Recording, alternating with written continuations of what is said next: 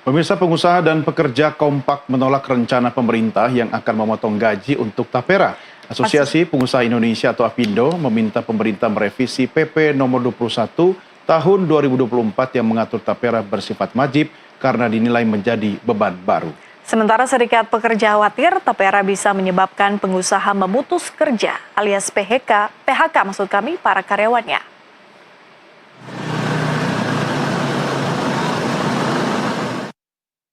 Rencana pemerintah yang akan menerapkan tabungan perumahan rakyat atau Tapera kompak ditentang pengusaha dan pekerja.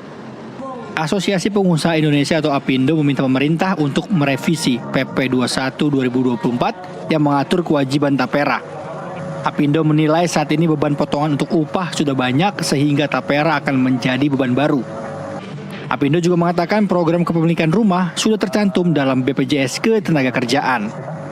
Serikat buruh kami menilai bahwa perlu ada pertimbangan dari pemerintah untuk merevisi kembali PP yang ada dan undang-undangnya ya, karena di undang-undang itu jelas menyebutkan ini adalah suatu keharusan. Sementara kita merasa ini ya kalau bentuknya Tapera ya kita buat aja sukarela dan kita memaksimalkan jaminan sosial yang sudah ada saat ini yang bisa juga pemanfaatan untuk pembangunan rumah. Aturan Tapera ini yang terbaru ini akan menambah tentu saja beban baru bagi pemberi kerja maupun pekerja ya. Saat ini beban pungutan yang telah ditanggung itu hampir 18,24% sampai 19,74%. Yang jadi permasalahan adalah mengenai aspek konsep tabungan gitu. Jadi ini adalah kembali lagi tabungan. Nah kalau tabungan itu harus konsepnya sebenarnya sukarela gitu ya. Dan marilah kita bersama-sama optimalkan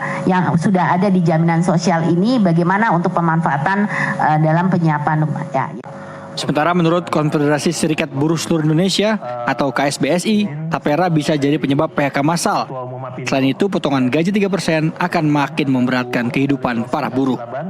Kegiatan sehari-hari juga pasti terancam. Dari pengusaha saya kira dengan beban ini, mereka kan bisa saja alasannya, oh kami ini adalah habisi dulu ini PHK dulu beberapa karyawan ini karena kami tidak sanggup. Diambil dari upah bulanan dan wajib itu mungkin bagi pemerintah sangat sederhana, tapi bagi buruh yang mayoritas bekerja di padat karya ini sangat mengganggu sekali. Dan saya khawatir sebelum ini diundangkan dari pihak pengusaha sudah ada ancang-ancang mana dulu ini pabrik yang ditutup karena kita tidak sanggup. Lalu pekerja sementara mereka bagaimana membiayai anak sekolah untuk kontrakan rumah, boro-boro untuk mencicil rumah ini atau membantu mereka yang miskin dalam kategori kita sama-sama sebenarnya.